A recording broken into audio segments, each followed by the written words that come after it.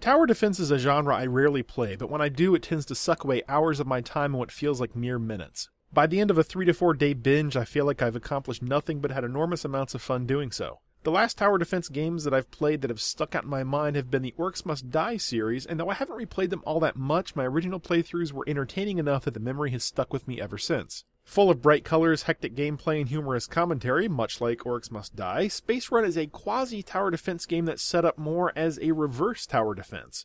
As the captain of a modular ship that's transporting goods across the cosmos, you're charged with protecting your wares and making speedy deliveries both at the same time. Your ship travels on a linear course from point A to point B, and along the way you're attacked by pirates and bombarded with asteroids that you have to build up offensive and defensive capabilities to handle. Much like Orcs Must Die, what starts out as a simple exercise in point-and-click offensive weaponry placement rapidly devolves into a frantic, hectic exercise in trying to stay just a step or two ahead of your enemy. Shields, power generators, turrets, missile launchers, and more are all part of your complement of weapons and defenses. Destroying asteroids and enemy ships gives you points in the form of hex nuts that allow you to build additional and replacement towers on your ship. All the guns in the world won't do you a lick of good, though, if you don't make your delivery on time, so deploying as many engines as possible is a must, especially since they seem to be prime targets for attackers. The controls of Space Run can be clunky at times, making it feel on occasion like it's a port from a more mobile platform, like a phone or a tablet. Buttons seem to get stuck and controls don't respond fluidly in the heat of a battle, leading to destroyed cargo and turrets in situations where it feels like that was completely unnecessary. The audio is more than adequate, and the voice acting sits on an edge between humor and intentionally overdramatic, which fits well with the rest of the game's feel.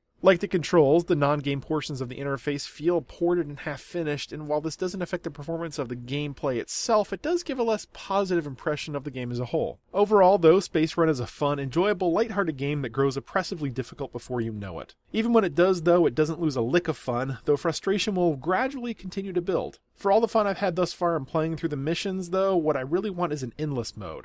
Let me choose the design of the ship myself, or build it myself, and then put me in a grueling, endless run to see how far I can make it. An endless mode with a custom ship would lead to a fair amount of replayability, but as it stands, once I finish all the pre-planned missions, I don't see myself picking Space Run up too many times down the road. Priced at $15 if you like tower defense games, particularly ones that have bright colors and humor, like Orcs Must Die, you'll get your money's worth from Space Run. It's not overly complicated, nor will it be something you'll play for months on end, but it's a great diversion, perfect for 15 to 30 minute sessions when you just want to relax and watch things blow up. I'm Mike, and this is Game Night with Mike. Thanks for watching, and I'll be back again soon.